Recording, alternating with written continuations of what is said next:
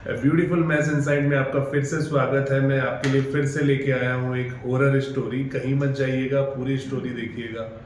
डरावनी कहानी, वो भी मेरी जुबानी तो दिल थाम के बैठे दोस्तों, क्योंकि आज की ये कहानी सच में आपको डर का एहसास कराने वाली है। दोस्तों, अगर आपको ये वीडियो अच्छी लगे तो वीडियो को लाइक करें और चैनल को सब्सक्राइब करें। तो चलिए बिना किसी देरी के शुरू करते हैं आज की इस रहस्यमयी और डरावनी कहानी को। मैं इस खेत में जन्मा और पला बड़ा हूं। मेरे पिता ने इससे पहले इसे संभाला था और उनसे पहले उनके पिता ने। हम सब ने इसी जलते सूरज के नीचे मेहनत की, इसी मिट्टी को जोता और इसी सुनहरी गेहूं की फसल को काटा जिसने हमारे गांव का पेट भरा। यह जमीन ही मेरी पहचान थी, यही मेरा विश्वास थी। लेकिन अब मैं इस पर भरोसा नहीं कर सकता। इस मौसम में कुछ बदल गया था। शुरुआत छोटी छोटी अजीब बातों से हुई जिन्हें मैंने पहले थकान समझकर नजरअंदाज कर दिया। हवा में अनजानी सरगोशियां सुनाई देने लगी। ऐसा लगता जैसे कोई मुझे देख रहा हो, जबकि चारों ओर वीरानी थी। मेरे खेत की बाड़ पर बैठे कौवे, जो आमतौर पर फड़फड़ाकर उड़ जाते, अब बस वहीं टिके रहते, अपनी काली निर्जीव आंखों से मुझे घूरते, जैसे उन्हें कुछ पता हो जो मुझसे छुपा हुआ था। पर मैंने ध्यान नहीं दिया, क्योंकि किसान के पास इन अंधविश्वासों के लिए समय नहीं होता। जमीन मेहनत मांगती है, तुम्हारे हाथों की, तुम्हारे पसीने की, कभी कभी तुम्हारे खून की भी। अगर तुम उसे नहीं देते तो जमीन तुम्हें निगल जाती है। पर जैसे जैसे दिन बीतते गए, मेरा खेत मुझे अपना नहीं लगा।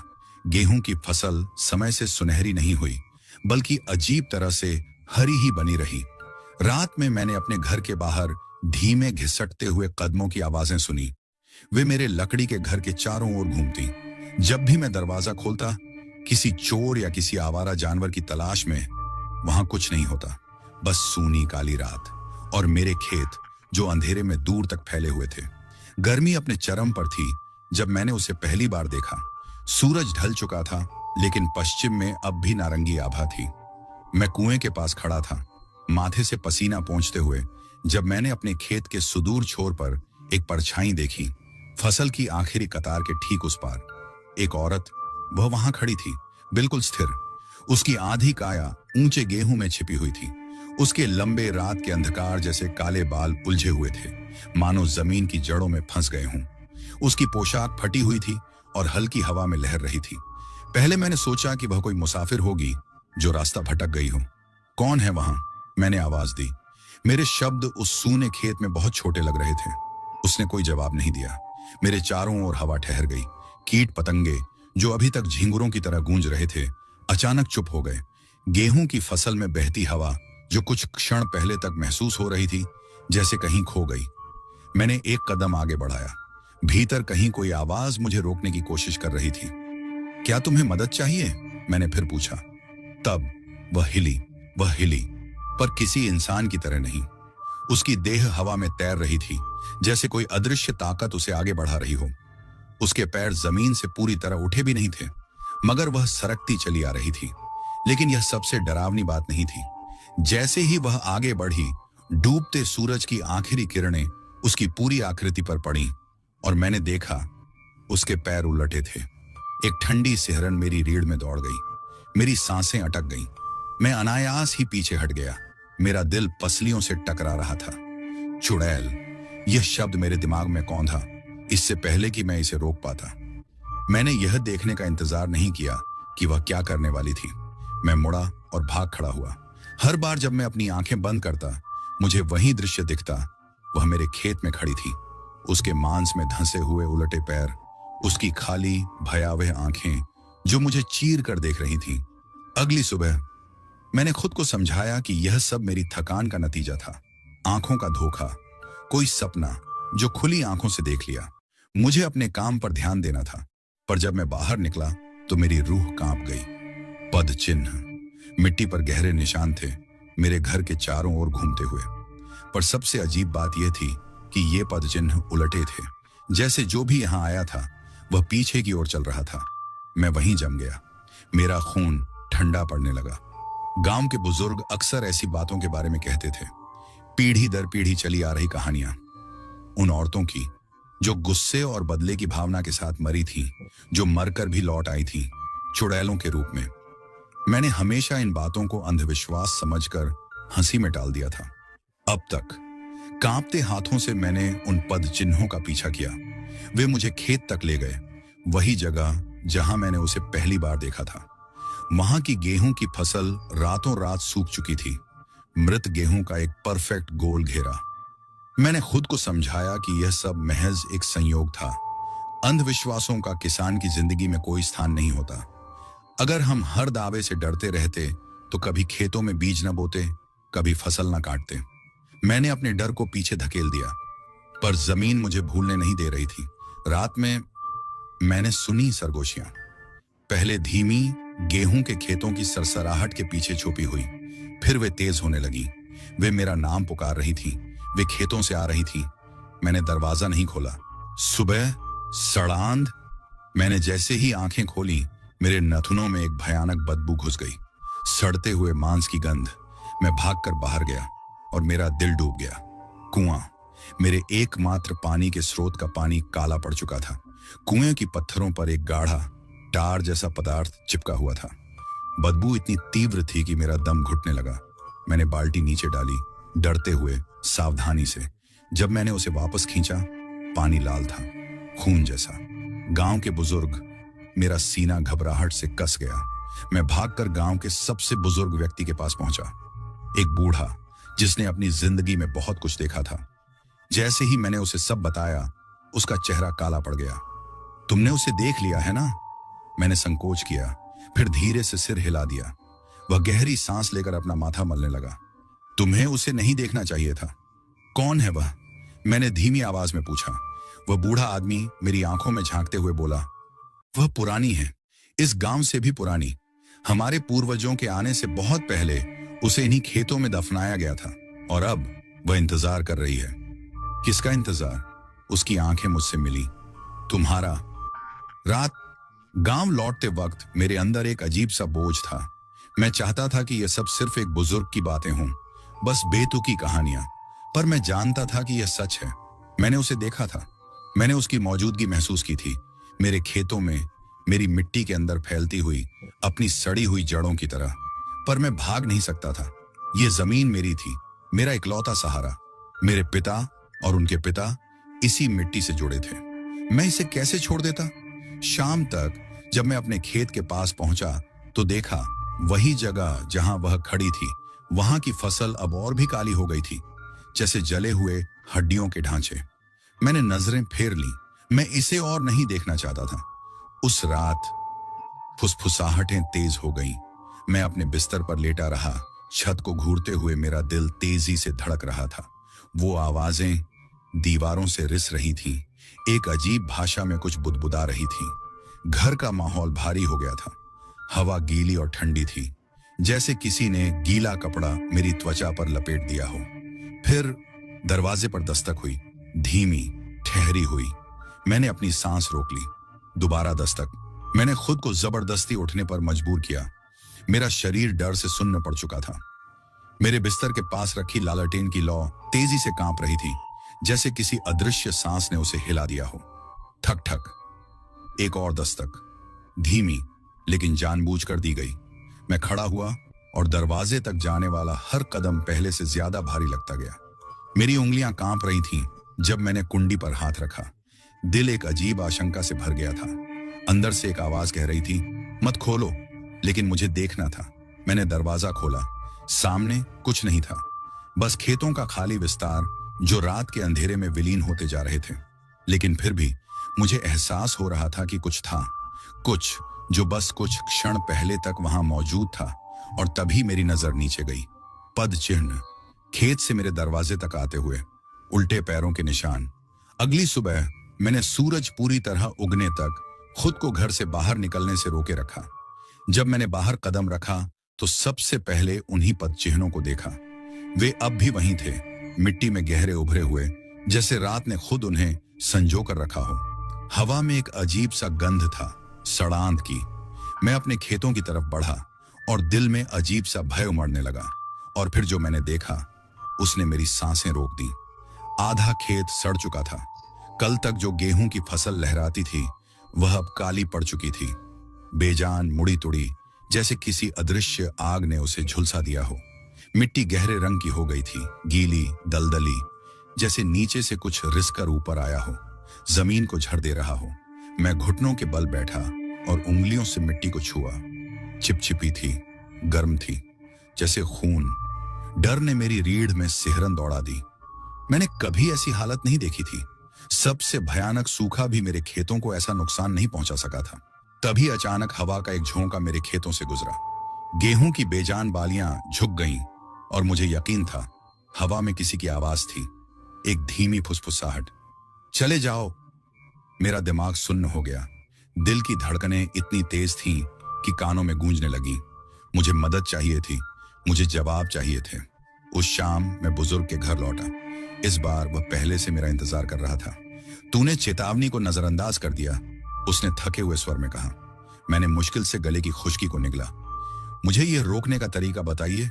बुजुर्ग ने लंबी सांस भरी। फिर उसने एक मिट्टी का कटोरा उठाया जिसमें कोई काला तरल भरा हुआ था। पी ले, उसने आदेश दिया। मैंने झिझकते हुए कटोरे को देखा। यह क्या है? बुजुर्ग की आंखें अंधेरे में चमक उठी। देखने के लिए मैं नहीं देखना चाहता था, लेकिन कहीं ना कहीं मुझे पता था अब कोई और रास्ता नहीं बचा था। मैंने कटोरा उठाया और धीरे धीरे अपने होंठों तक ले गया। तरल गाढ़ा था, कड़वा, और गले से उतरते ही ऐसा महसूस हुआ जैसे शहद राख में बदल गया हो। शुरुआत में कुछ नहीं हुआ। फिर अंधकार, एक खेत, लेकिन मेरा नहीं, बहुत पुराना। भूमि अब तक अनछुई, जंगली, आसमान काला, उमड़ता घुमड़ता, जैसे पानी में स्याही घुल गई हो। और खेत के बीचों बीच एक औरत, वह एक गड्ढे में खड़ी थी। उसके पैरों के पास मिट्टी जमा थी, उसके हाथ बंधे हुए थे, चेहरा दर्द से ऐंठा हुआ। उसके चारों ओर कुछ आदमी खड़े थे, उनके चेहरे अंधेरे में छिपे हुए। वे मंत्रोच्चार कर रहे थे। औरत चीखी। वह आवाज मानव नहीं थी, उसमें क्रोध था, दर्द था, घृणा थी। फिर उन्होंने उसे जिंदा दफना दिया। मैं हिला। मैं रोकना चाहता था, पर मैं बस एक दर्शक था, इस भयानक दृश्य का मूक गवाह। आखिरी चीज जो मैंने देखी, उसकी आंखें सीधे मुझ पर टिकी हुई, जब तक मिट्टी ने उसका चेहरा नहीं ढक दिया। मैं झटके से उठा, सांसें उखड़ी हुई, शरीर पसीने से भीगा हुआ, मेरे हाथ कांप रहे थे। बुजुर्ग मुझे गौर से देख रहे थे। तूने उसे देख लिया, उन्होंने धीरे से कहा। मैंने सिर हिलाया, अब भी सांसें संभालने की कोशिश कर रहा था। उसके साथ अन्याय हुआ था, उन्होंने कहा। वह पहले से दानवी नहीं थी। मैंने गला खुश्क किया। तो फिर वो ये सब क्यों कर रही है? बुजुर्ग की आंखों में गहरी उदासी थी। क्योंकि पीड़ा क्रोध बन जाती है, क्रोध नफरत में बदल जाता है, और नफरत श्राप बन जाती है। मैं कुछ नहीं बोला। उसे तेरी जमीन नहीं चाहिए, उन्होंने आगे कहा। उसे बदला चाहिए। मैंने कांपती सांस छोड़ी। मैं इसे रोकूं कैसे? बुजुर्ग ने एक पल के लिए संकोच किया, फिर धीरे से बोले, तू नहीं रोक सकता। कमरे में सन्नाटा पसर गया। लेकिन उन्होंने आखिरकार कहा, तू बच सकता है अगर मेरी बात माने। मैंने उनकी तरफ देखा। दिमाग उलझा हुआ, दिल तेजी से धड़क रहा था। तू उसे कभी स्वीकार नहीं करेगा, उन्होंने कहा। जो भी देखे, जो भी सुने, उसका जवाब मत देना। अगर वह तेरा नाम पुकारे, मत सुनना। अगर वह तेरे सामने आए, उसे मत देखना। मेरा पेट मिचलाने लगा। रात में कभी दरवाजा मत खोलना, उन्होंने आगे कहा, चाहे जितनी भी दस्तक हो। मुझे पिछली रात की दस्तकें याद आईं। मेरा खून ठंडा पड़ गया। और सबसे जरूरी बात, अगर तुझे खेत के किनारे कोई अजीब चीज दिखे, हड्डियों का कोई गुच्छा, मिट्टी की गुड़िया, कुछ भी असामान्य, तो तुरंत दफना देना, पर उसे नंगे हाथों से कभी मत छूना। मैंने हकलाते हुए पूछा, क्यों? बुजुर्ग की आंखें स्याह हो गईं। क्योंकि इसी तरह वह तुझे चिह्नित करती है। मेरा गला सूख गया। अगर मैं पहले ही चिह्नित हो चुका हूं तो? बुजुर्ग कुछ देर तक चुप रहे, फिर उन्होंने लंबी सांस छोड़ी और खड़े हो गए। तो बेटा, तेरा ज्यादा समय नहीं बचा। मैं सूर्यास्त से पहले घर लौट आया। दिल जोर जोर से धड़क रहा था। हर परछाई गहरी लग रही थी। हवा का हर झोंका किसी फुसफुसाहट जैसा महसूस हो रहा था। जैसे ही मैं अपने खेत के गेट पर पहुंचा, मैंने उसे देखा, ठीक उसी जगह जहां पिछली रात मैंने पदचिह्न देखे थे। हड्डियों का एक गुच्छा, छोटी जानवरों की हड्डियां लाल धागे से बंधी हुई, उनकी बनावट मानव आकृति जैसी। बीचों बीच मेरी फसल का एक तिनका बुना हुआ था। मेरी सांस अटक गई। मुझे चिह्नित किया जा चुका था। मैंने जल्दी से अपने औजारों में से एक फावड़ा उठाया। ध्यान रखा कि मेरे हाथ हड्डियों को न छुएं। उंगलियां कांप रही थीं जब मैंने जमीन खोदनी शुरू की। सड़ी हुई मिट्टी और गले हुए गेहूं की गंध नाक में भर गई। मैंने उस श्रापित वस्तु को गहराई में दफना दिया, मिट्टी से ढक दिया और बचपन में सुनी कोई प्रार्थना बुदबुदाई, जिसका पूरा अर्थ भी मुझे याद नहीं था। मुझे नहीं पता कि इससे कुछ बदलेगा या नहीं, पर मुझे कोशिश करनी ही थी। सूरज नीचे डूब गया। आसमान एक नीले काले जख्म जैसा लगने लगा। मैंने हर दरवाजा, हर खिड़की बंद कर ली, कोई दरार खुली नहीं छोड़ी और फिर इंतजार करने लगा। रात उतर आई। मैं जागता रहा। मैंने लालटेन नहीं जलाई। मैंने बिस्तर से हिलने तक की हिम्मत नहीं की। बाहर हवा सरसराई, दीवारें हिलने लगी। फिर थक थक थक मैंने अपनी मुट्ठियां भींच ली। दरवाजा मत खोलो, जवाब मत दो। एक पल की खामोशी, फिर एक आवाज, धीमी, फुसफुसाती हुई, जानी पहचानी। दरवाजा खोल, मुझे ठंड लग रही है। मेरा शरीर जकड़ गया। ये माँ की आवाज थी, पर माँ तो 10 साल पहले मर चुकी थी। आवाज फिर आई, इस बार और भी धीमी। बेटा, मुझे बाहर मत छोड़ो। मेरी आंखों में आंसू छलक आए। ये बिल्कुल माँ की आवाज थी। मैंने अपने होंठ इतने जोर से दबाए कि स्वाद में लोहा घुलाया, खून का स्वाद। जवाब मत देना। दरवाजे पर फिर से दस्तक हुई, इस बार पहले से भी तेज और भी जोरदार। पूरा दरवाजा कांप उठा। फिर सन्नाटा। बहुत देर तक कुछ नहीं हुआ, सिर्फ हवा की धीमी सरसराहट सुनाई दे रही थी। मैंने राहत की सांस ली, शायद वह चली गई थी। फिर आवाज आई, पर दरवाजे से नहीं, खिड़की से, धीमी, ठहरी हुई। ऐसी आवाज जिसने मेरी रगों में बर्फ दौड़ा दी। शीशे पर किसी के नाखून रेंगने की आवाज। मैं हिल भी नहीं सका। खरोंचने की वह आवाज लगातार आती रही, मानो कोई पैटर्न बना रहा हो। और फिर एक परछाई, ऊंची, पतली। कुछ तो गलत था उसमें। वह हिली भी नहीं, बस खिड़की के बाहर खड़ी रही, मुझे घूरती रही। अंधेरे में भी मुझे पता था वह मुस्कुरा रही थी। मैंने अपनी आंखें कसकर भींच ली। उसे मत देखो, उसे मत मानो। मैं वैसे ही बैठा रहा, घंटों तक, अपने ही शरीर में कैद। किसी वक्त पर वह आवाजें बंद हो गईं। हवा का दबाव भी हट गया। पर मैं उस रात नहीं सोया। सुबह का उजाला धीरे धीरे फैला। किसी तरह मैं खुद को घर से बाहर ले गया। शरीर अब भी डर से कांप रहा था। खेत वैसे ही दिख रहे थे। आसमान साफ था, पर कुछ अजीब था। बहुत ज्यादा सन्नाटा था। हवा ठहरी हुई थी, परिंदे चुप थे। मैं कुएं की ओर बढ़ा, पानी निकालने। जैसे ही झुका, मेरी नजर पड़ी। परछाई, पानी में एक चेहरा था। मेरा नहीं। मैं घबरा कर पीछे हट गया। पानी में लहरें उठी और वह चेहरा गायब हो गया। मेरा दिल जोर जोर से धड़कने लगा। वह ताकतवर हो रही थी। मैं मुड़ा और तभी उसे देखा। दरवाजे पर एक नाम खुदा था, मेरा नाम। गहरे निशान, जैसे किसी नुकीले नाखून से उकेरे गए हों। मतलब साफ था, वह मुझे जानती थी। अब वह मुझे बुला रही थी। मैं दौड़ता हुआ बुजुर्ग के घर पहुंचा।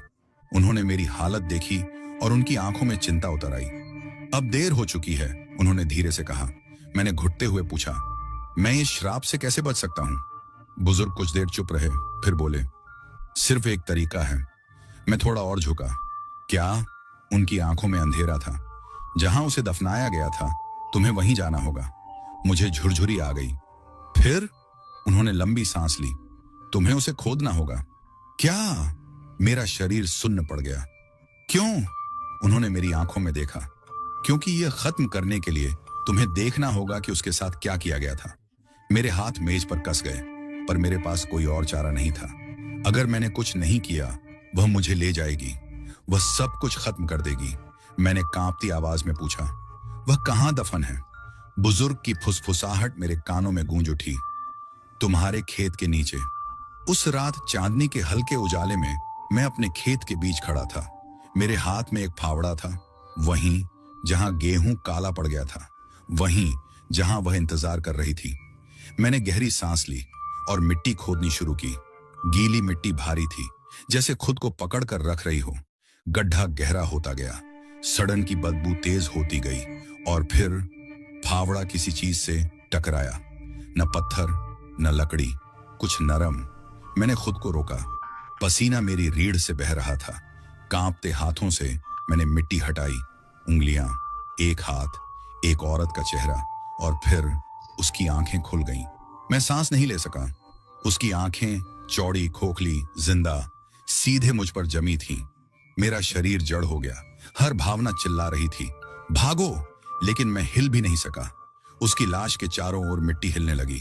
जमीन मेरे घुटनों के नीचे कांप उठी।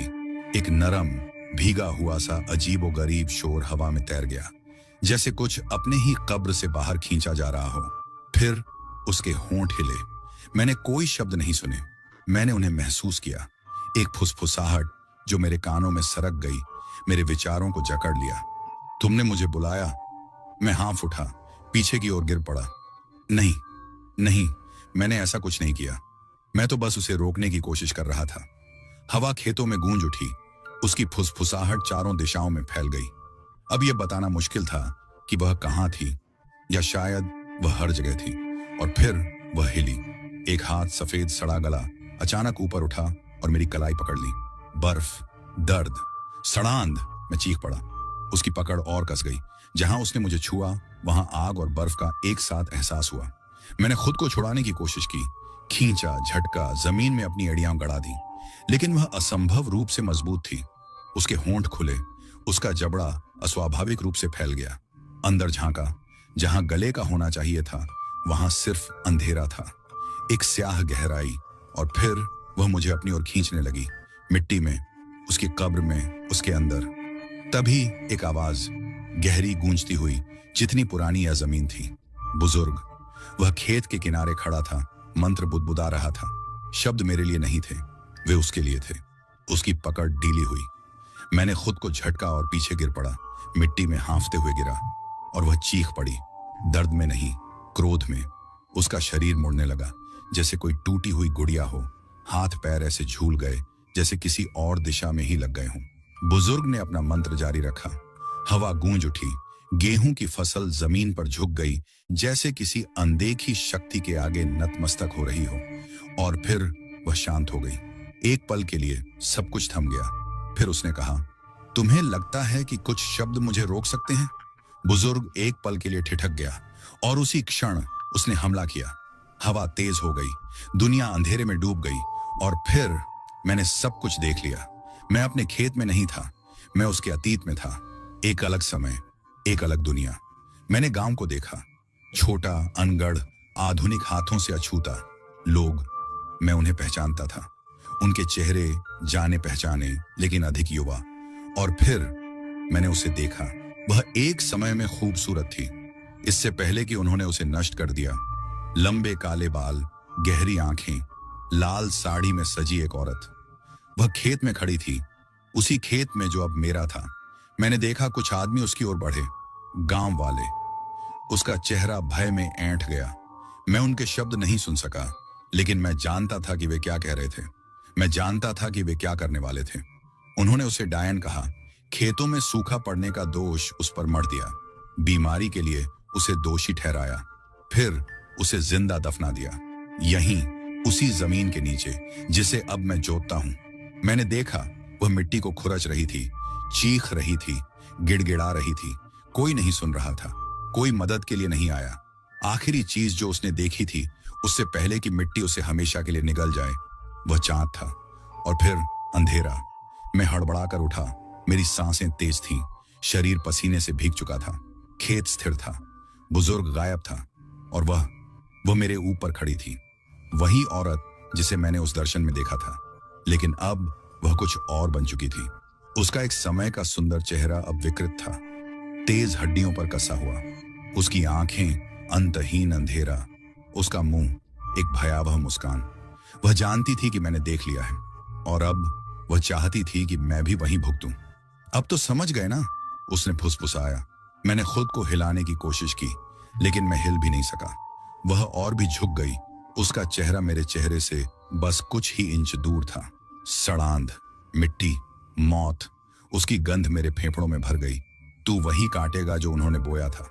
उसकी उंगलियां मेरे सीने पर आ टिकीं, और मैंने महसूस किया, शाप अब उसका नहीं था, वह मेरा था। मुझे नहीं याद कि मैं घर तक कैसे पहुंचा। मुझे नहीं पता कि उस रात और क्या हुआ। बस इतना जानता हूं, कुछ बदल चुका था। अगली सुबह जमीन मर रही थी, मेरी फसल सूख चुकी थी, मेरी मिट्टी काली पड़ चुकी थी, और गांव वाले, वे मुझे उसी तरह देखने लगे जैसे कभी उसे देखा था, डर के साथ, शंका के साथ। अब मैं सिर्फ एक किसान नहीं था, मैं शापित था, और जल्द ही मुझे समझ आ गया कि इसका मतलब क्या था। पहला संकेत, हवा। अब उसमें जमीन की सूखी जानी पहचानी महक नहीं थी, अब वह भारी थी, नम, सड़ी गली, जैसे किसी दफनाए गए शरीर की सांस, और वह फुसफुसा रही थी। पहले तो बहुत हल्की, सूखे पत्तों की सरसराहट जैसी, लेकिन जैसे जैसे दिन बीतते गए आवाजें साफ होने लगी। वे मेरा नाम पुकार रही थी, शिव, शिव। हर बार जब मैं बाहर जाता, ठंडे पसीने से नहा जाता, वे आवाजें मेरा पीछा कर रही थीं, खेतों में, गांव में, मेरे अपने घर में। रात में मैंने उन्हें दीवारों के अंदर सुना, कोई मुझे देख रहा था और वह पास आ रहा था। दूसरा संकेत, बीमारी। ये मेरी फसलों से शुरू हुआ। गेहूं काला पड़ गया, सूख गया, जैसे किसी आग ने छू लिया हो। पशु चारा खाने से इनकार करने लगे, उनकी आंखों में कोई अनदेखा भय था। फिर वह मुझ तक पहुंच गई। यह मेरी कलाई पर हल्की सी खुजली से शुरू हुआ। मैंने ध्यान नहीं दिया। किसान की जिंदगी में छोटे मोटे घाव और कीड़े मकोड़े आम बात थी, लेकिन अगली सुबह वह फैल चुकी थी। मेरी चमड़ी पतली परतों में उतरने लगी और नीचे अंधकार था, काला, गहरा। मैंने उसे खुजलाया, रगड़ा, तब तक घिसता रहा जब तक खून नहीं निकल आया, लेकिन सड़ांत भीतर थी, बढ़ रही थी, फैल रही थी। तीसरी रात मैं अचानक हांफता हुआ जागा। कुछ मेरे गले में था। मैं कांपते हाथों से शीशे के सामने पहुंचा, मुंह खोला, और फिर मैंने देखा, जड़ें पतली, काली, कीड़ों की तरह रेंगती हुई मेरे भीतर उग रही थी। मैंने मुंह से उल्टी की, खून, सड़ांध। बेसिन में गिरते ही दुर्गंध असहनीय हो गई। मैं जमीन पर गिर पड़ा, पूरे शरीर में झुरझुरी दौड़ गई, और तभी मैंने उसे हंसते सुना, धीमी, खोखली, मेरे ठीक पीछे। मैंने घूमकर देखा, कुछ नहीं, लेकिन शीशे में उसका चेहरा था, देखता हुआ, मुस्कुराता हुआ, इंतजार करता हुआ। हफ्ते के अंत तक गांव वालों को पता चल गया। मेरे खेत शापित हो चुके थे, मेरे पशु मुझसे दूर भागते थे, और मेरा शरीर बदल रहा था। वे धीमी आवाज में बात करते, उनकी आंखों में डर था।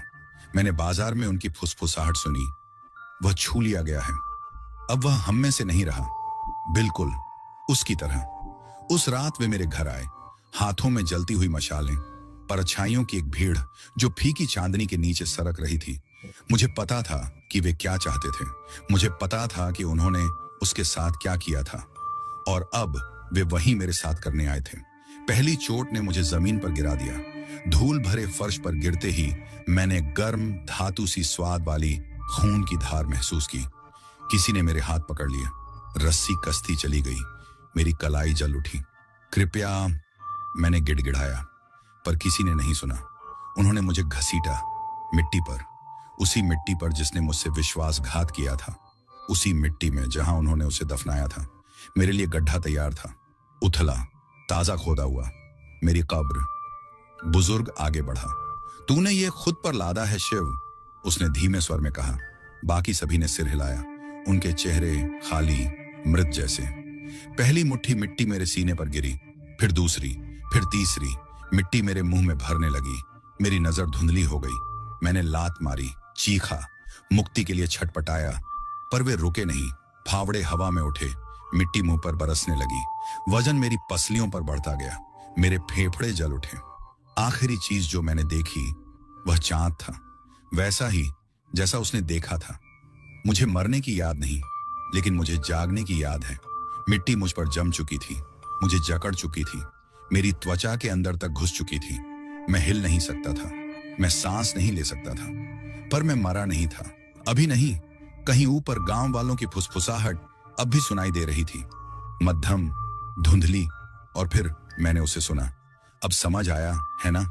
मैंने आंखें खोली और मैंने उसे देखा, धरती के ऊपर नहीं, बाहर नहीं, बल्कि कब्र के भीतर, मेरे साथ। वह मुस्कुराई और फिर उसने मेरी ओर हाथ बढ़ाया। कब्र के अंदर कोई आवाज नहीं होती, कोई हवा नहीं, कोई रोशनी नहीं, सिर्फ वह अंधेरे में सरकती है।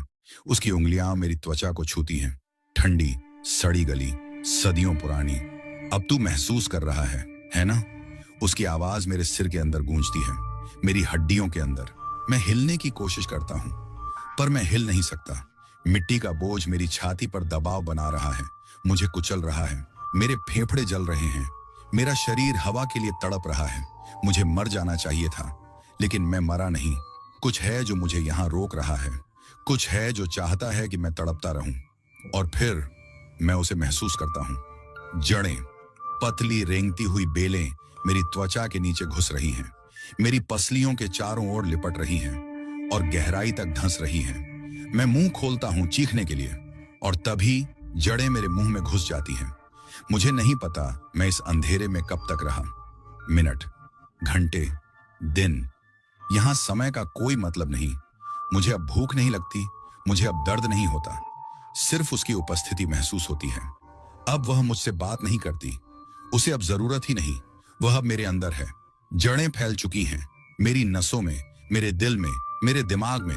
और फिर मैंने उन्हें सुना, फुसफुसाहटें, पर वह नहीं, वे सैकड़ों आवाजें जो जमीन के नीचे दबी थीं।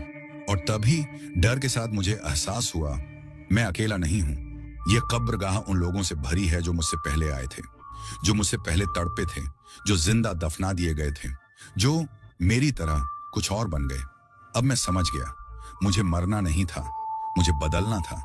मुझे इस श्राप का हिस्सा बनना था। चुड़ैल को बदला नहीं चाहिए था, उसे उत्तराधिकारी चाहिए था, और उसने मुझे चुना था। जमीन हिलने लगी, ऊपर की मिट्टी खिसक रही थी, दरारें पड़ने लगी, और फिर मैं उठ खड़ा हुआ। मिट्टी चीखते हुए फटी, मेरे हाथ बाहर निकले, सफेद, ठंडे, विकृत। मेरी सांस हल्की थी, मेरा दिल अब नहीं धड़कता था। मुझे डर लगना चाहिए था, पर नहीं लगा, क्योंकि अब मैं वैसा नहीं रहा। रात की स्याही में मैं बाहर आया। हवा हल्की महसूस हो रही थी, मेरे विचार उलझे हुए थे। मैं क्या था और अब क्या बन गया हूं? गांव शांत था, लोग अपने घरों में सो रहे थे, अनजान कि मैं वापस आ चुका हूं। पर जल्द ही उन्हें पता चल जाएगा, क्योंकि अब मैं एक भूख महसूस कर सकता था, एक प्यास। और अब मुझे मालूम था ये कभी खत्म नहीं होगी, क्योंकि मैं अब सिर्फ एक किसान नहीं हूं, मैं अगली चुड़ैल हूं, और मेरा श्राप अभी शुरू हुआ है। मैं अपने खेत के किनारे खड़ा था, जहां कभी मेरी मेहनत के पसीने की खुशबू थी, वहां अब सड़न की बदबू थी। मैं जानता था मैं अब वो इंसान नहीं रहा जिसने इस धरती को जोता था। मेरे अंदर कुछ बदल चुका था। मेरी हड्डियों में गहरी जमी हुई भूख, मांस के लिए, खून के लिए। दूर गांव की धड़कन सुनाई दे रही थी, मैं उन्हें सूंघ सकता था। एक पल के लिए अंधेरे ने मुझे खींचा, मुझे वहां जाने के लिए उकसाया, लेने के लिए जो अब मेरा था। पर मैंने खुद को रोका। मैं शिव हूं, एक किसान, कोई राक्षस नहीं, अभी नहीं। मैंने अपनी मुट्ठियां भींच ली, मेरी त्वचा के नीचे जड़ें मचल उठी। वे फैलना चाहती थीं, मुझे अपने कब्जे में लेना चाहती थीं। मुझे इसे रोकना होगा, मुझे इस श्राप को तोड़ना होगा, इससे पहले कि बहुत देर हो जाए। गांव वाले अब मुझे कभी स्वीकार नहीं करेंगे, इस रूप में नहीं। इसलिए मैं वहां गया जहां से मुझे जवाब मिल सकते थे। जंगल के किनारे खड़ा पुराना मंदिर, जहां गांव ने वर्षों से कदम नहीं रखा था। गांव वालों ने पुरानी परंपराओं को ठुकरा दिया था, पर अगर कहीं कोई उम्मीद थी तो वो सिर्फ वहीं थी। जैसे जैसे मैं घने पेड़ों के बीच से गुजरा, मुझे आवाजें सुनाई दी। श्रापित आत्माएं फुसफुसा रही थी, तू बच नहीं सकता, अब तू हमारा है, वो तुझे कभी जाने नहीं देगी। मैंने उन्हें अनसुना कर दिया। मैं आगे बढ़ता गया। मंदिर मेरे सामने था, उसकी पत्थर की दीवारें लताओं से ढकी हुई, दरवाजे बस गिरने ही वाले थे। पर अंदर अंदर मेरी मुक्ति हो सकती थी। मैं अंदर कदम रखता हूं और हवा अचानक ठंडी हो जाती है। कुछ मेरी प्रतीक्षा कर रहा है, कुछ ऐसा जो मुझे शुरू से देख रहा था। मैं अकेला नहीं हूं। मंदिर के केंद्र में एक बूढ़ा साधु बैठा है, आंखें बंद, शरीर सिकुड़ा हुआ जैसे पुरानी चमड़ी, लंबे उलझे हुए बाल। मैं आगे बढ़ता हूं और वह अपनी आंखें खोलता है। वह देखता है कि मैं क्या बन चुका हूं। तू श्राप से जकड़ा हुआ है। उसकी आवाज सूखी जैसे बंजर जमीन। मैंने सिर हिलाया, हाथ कांप रहे थे। मुझे बचाओ। साधु ने मुझे देर तक घूरा, फिर उसने कुछ ऐसा कहा जिससे मेरी रूह कांप उठी। उसने तुझे चुना है, लेकिन तू अब भी लड़ सकता है। एक रास्ता था, लेकिन उसकी कीमत थी। साधु मुझे मंदिर के और भीतर ले गया। उसने मेरे सामने एक लोहे का कटोरा रखा, उसमें अजीब जड़ी बूटियां और जली हुई पत्तियां डाली। यह अनुष्ठान तेरे अंदर जमी जड़ों को जला देगा, वह बोला, लेकिन यह दर्दनाक होगा। मैं बिना सोचे बोल पड़ा, करो। वह मंत्र बुदबुदाने लगा, एक ऐसी भाषा में जिसे मैं समझ नहीं पाया। मंदिर की हवा भारी हो गई, दीवारें कांपने लगीं।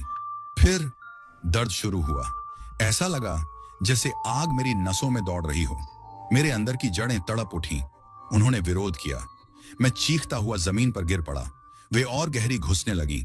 फिर मैंने उसे महसूस किया, उसकी जलती हुई नफरत। चुड़ैल, वह मेरे अंदर थी और वह मुझे छोड़ना नहीं चाहती थी। तू मेरा है, उसकी चीख गूंज उठी। अंधेरे जिंदा हो गए, पर मैं झुका नहीं। मैंने अपने दांत भींच लिए, अपने नाम को थामे रखा, अपनी आत्मा को थामे रखा, और फिर मैंने आग को अपने अंदर समा लिया। चुड़ैल मेरे सामने प्रकट हुई। अब वह सिर्फ परछाई नहीं थी, उसकी खाल राख जैसी पतली और कसी हुई, उसके नाखून लंबे काले, उसकी आंखें खाली। तू मुझसे बच नहीं सकता, वह फुसफुसाई। पर अब मैं जानता था, वह डरी हुई थी। अनुष्ठान असर कर रहा था। मैं झपटा, लोहे के कटोरे को उठाया, धधकते हुए जड़ी बूटियों को खुद पर डाल दिया।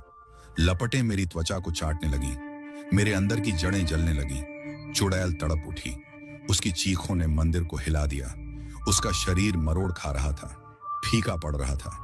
मैंने उसकी पकड़ अपने अंदर से छूटते हुए महसूस की, और फिर वह चली गई। दर्द खत्म हो गया, फुसफुसाहटें शांत हो गईं, और पहली बार मैं सांस ले सका। जब मैं मंदिर से बाहर निकला, रात बीत चुकी थी।